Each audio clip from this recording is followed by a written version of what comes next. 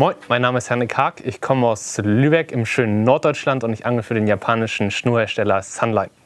My name is Ton van Ham. I live in Belgium, in the city Geel, and I fish for Westin.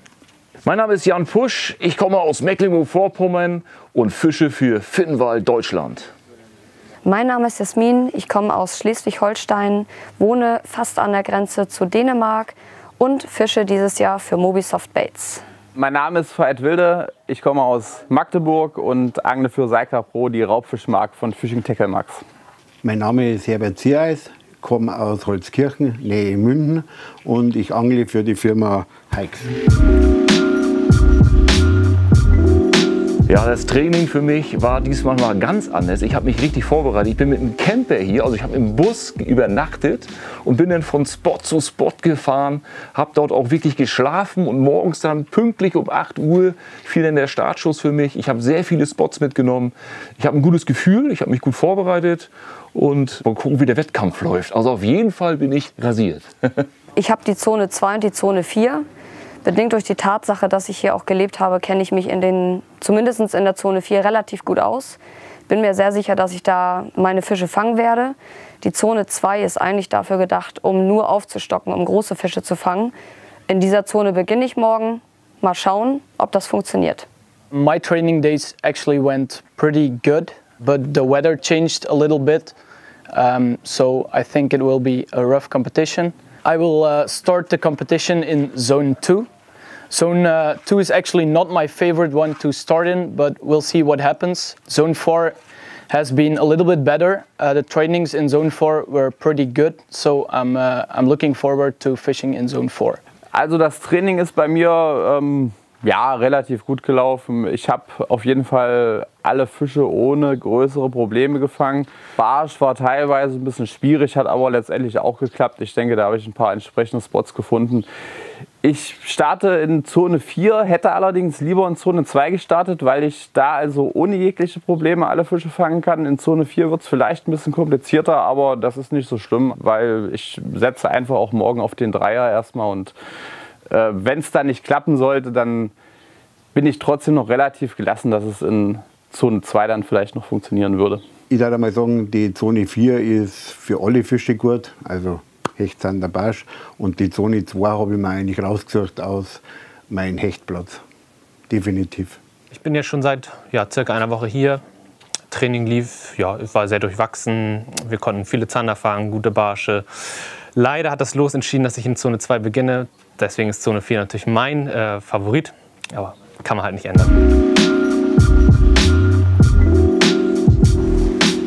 Also leicht war jetzt überhaupt kein Fisch im Training zum Fangen, aber generell haben wir schon alle Arten gefangen und ich setze auf alle Fälle mal auf Barsche. Der Barsch, finde ich, wird für mich das Einfachste, weil ich da auch für mich privat viel angeln und ich auch gute Erfolge hier im Training hatte. Zander war halt durchwachsen, deswegen sehe ich das Problem drin, da einen guten Fisch zu fangen. Am leichtesten war es für mich definitiv, den Zander zu fangen. Der Barsch gestaltete sich teilweise ein wenig schwierig. Ich bin mir aber sehr sicher, dass ich den Barsch an bestimmten Stellen auch fangen werde. Und der Hecht, da mache ich mir gar keine Sorgen, der kommt. Zander lief ganz gut, muss ich sagen. Hecht auch. Barsch tue ich mich ein bisschen schwer. Aber ich habe schon so eine Idee, wie ich auch den Barsch fangen kann. Also im Endeffekt muss man im Wettkampf einfach alle Fische fangen und am besten noch einen auf Topwater und ich gebe Gas. I think personally the Zander will be most difficult because the weather is obviously clear and there is a lot of sun. I do feel confident about the pike and perch. I think I have a few good spots and if they deliver, it can deliver me big fish. Also ich kann jetzt gar nicht sagen, dass es im Training bei einem Fisch jetzt wirklich so richtig schwierig war. Wie gesagt, Barsch musste ich mich ein bisschen reinfischen diesmal, aber hat dann auch ganz gut geklappt.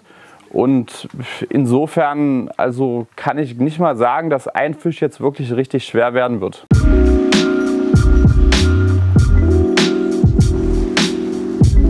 I will try to catch a pike on topwater.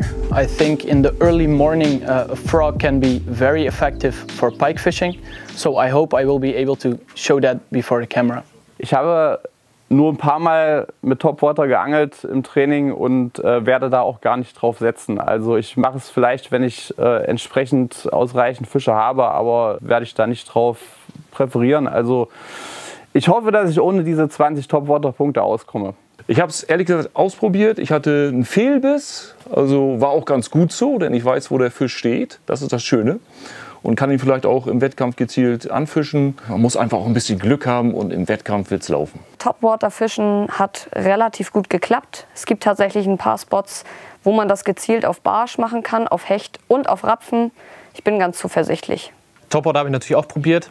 Und muss sagen, wir hatten einige Spots, wo das wirklich gut funktioniert hat. Ich habe keinen Fisch gehakt, aber sehr, sehr gute Attacken gehabt. Ich konnte auch sehen, dass es Barsche waren, weil sie schön ihren Rückenkamm aufgestellt haben. Das war ganz cool zu sehen. Deswegen bin ich ja sehr, sehr zuversichtlich, dass ich im Turnier da einen guten Fisch haken werde. Topwater habe ich ausprobiert, war aber nicht erfolgreich. Aber wenn ich vielleicht einmal alle Fische gefangen habe, dann werde ich mir überlegen, ob ich mit Topwater vielleicht dann einen Hecht fange.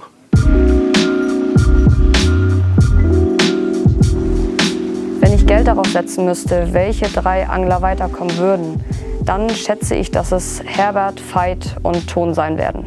Ja, also auf alle Fälle der Veit und der Jasmin und hoffentlich ich. Ich denke, dass in meiner Gruppe Ton auf jeden Fall weiterkommt. Bei Herbert sehe ich da auch ganz gute Chancen. Jasmin hat letztes Jahr auch sehr stark geangelt. Ich hoffe aber natürlich auch, dass ich vielleicht eine Runde weiterkomme. I think Veit, Herbert and myself will make it to the next round. Ich glaube auf jeden Fall, Ton kommt weiter. Der Junge hat Biss, fängt gute Fische. Ich glaube, Veit kommt auch weiter, weil ja, er weiß genau, was er macht. Und die Zonen passen, finde ich, auch für ihn. Und ich glaube auch Herbert, weil ja, erfahrener Angler und kam bis jetzt immer sehr weit. Deswegen glaube ich auch tatsächlich, dass er auch weit kommt. Also meine Favoriten ganz klar aus meiner Gruppe. Jasmin hat letztes Jahr sehr gut gefischt. Veit kennt sich hier bestens aus. Herbert ist super vernetzt und ist mit seinem ganzen Team wieder angereist. Also der will ja auf Barsch setzen und der ist auch ein ganz schlauer Fuchs und der kann auch sehr gut angeln. Ich denke, die 3 haben echt gute Chancen weiterzukommen. Top-Favorit ist schwer zu sagen. Also es sind unwahrscheinlich starke Leute dabei. Wir haben welche aus Belgien, aus Holland, aus Deutschland, Anglern und also ich gönne es jedem wirklich zu gewinnen, aber wer es letztendlich wird, man muss auch ein bisschen Glück dabei haben, kann ich mich nicht festlegen. Ich wusste ja, dass die Frage kommt, wer mein Top-Favorit ist und ich antworte einfach damit, dass ich auf alle Angler Geld setze, aber nur jeweils 10 €, weil ich denke, der YouTube Predator Cup ist dieses Jahr ganz, ganz stark besetzt und jeder, der einen guten Lauf hat, hat die Chance zu gewinnen. Insofern habe ich nicht so den 100%igen Top-Favoriten. Ich denke, jeder kann da gewinnen. Ja, auf alle Fälle ein Veit. Ich glaube tatsächlich, dass Marc dieses Jahr das Rennen machen wird, weil letztes Jahr, also ich habe ihn sehr gefeiert im Turnier, weil er ja ein bisschen anders geangelt hat und dadurch auch sehr weit kam. Und wenn er das halt wieder so macht, glaube ich sehr, dass er das Ding macht. Marc Paczykowski war schon sehr beeindruckend mit seiner Leistung im letzten Jahr. Jedoch würde ich auch jemanden aus meiner Gruppe nicht unterschätzen wollen und das ist der Ton van Ham.